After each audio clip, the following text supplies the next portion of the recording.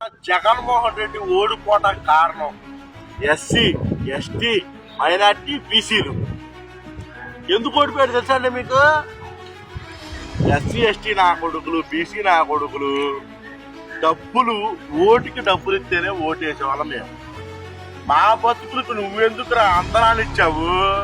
మమ్మల్ని బీసీలు మేము పైకి లేపుతాము, ఎమ్మెల్యే టికెట్లు ఇస్తాము, ఎస్సీలకి ఎమ్మెల్యే టికెట్లు ఇస్తాము. మా బతుకులు ఎంత, నువ్వెందుకు రెడీ చేసావు?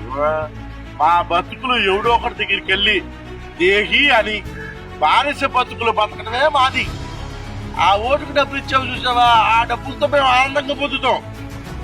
నువ్వు ఎంత సంక్షేమం చేసినా, ఎంత ఇచ్చేసినా చూసావా ఏం జరిగిందో?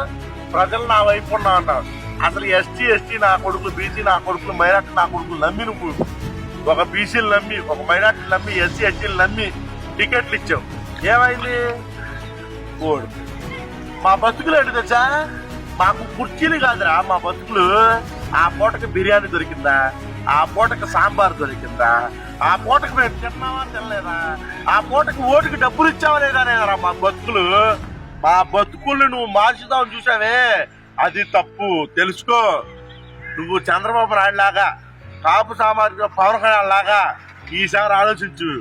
ఈసారి ఆలోచిస్తే నువ్వు గెలుస్తావు.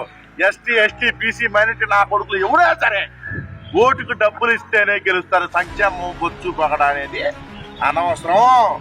తెలుసుకో. జగన్మోహన్ రెడ్డి నువ్వు 30 లక్షలు ఇచ్చాను, 3,70,00,000 సంక్షేమం చేశాను, అందరికి బటన్ నొక్కి డబ్బులు ఇచ్చాను, చేయూత డబ్బులు ఇచ్చాను, అంగన్వాడీ డబ్బులు ఇచ్చాను, లేకపోతే ఆశా వర్కర్లు ఇచ్చేసాను, కరోనా టైంలో చేసాను. ఎవడు పట్టుకోలేదురా.